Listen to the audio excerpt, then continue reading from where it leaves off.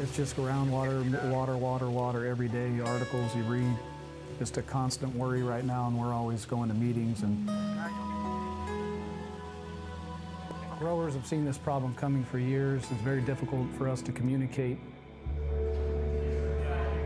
California probably has one of the more complicated water markets on the planet.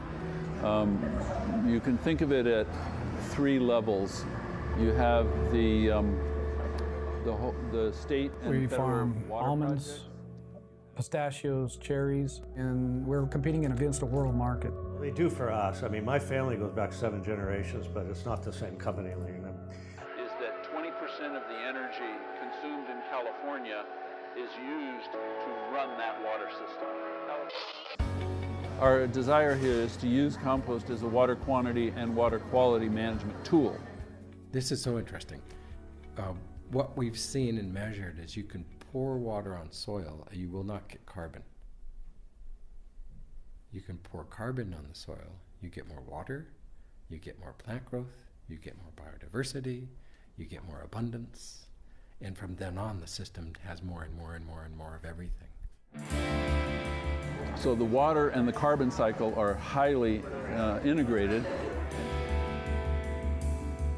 Can we increase carbon in the soil through agricultural practices?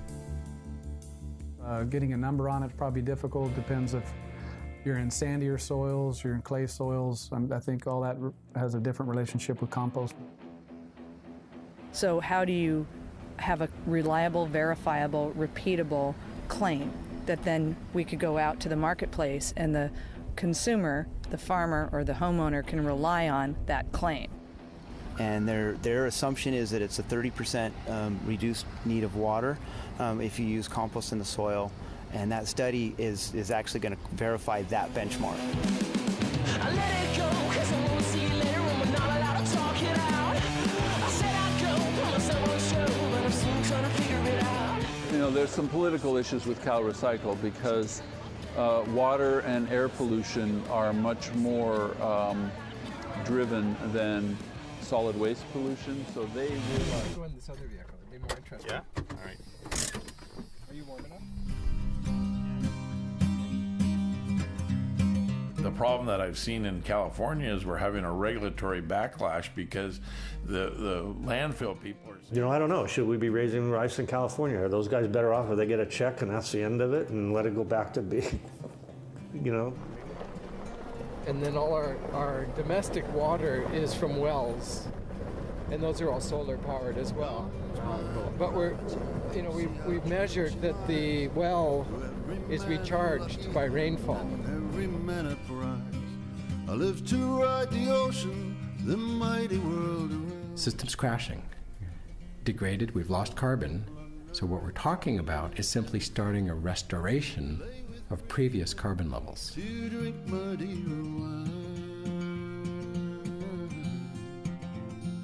to hear the rollers thunder on a shore that isn't mine. There's a number that really bothers me. There's 30,000 kids a year coming out of college with environmental science degrees that have no jobs. So to me, there's an army of people that could start working in drought, high energy efficient farming systems.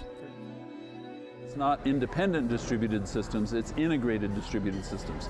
So you're managing the water, carbon, energy budget at every site, and that you're making Surface water and trying to figure out what the formulas will be that we can all agree on in order to make it. Maybe I have to pay a little more for compost than I've been willing to pay.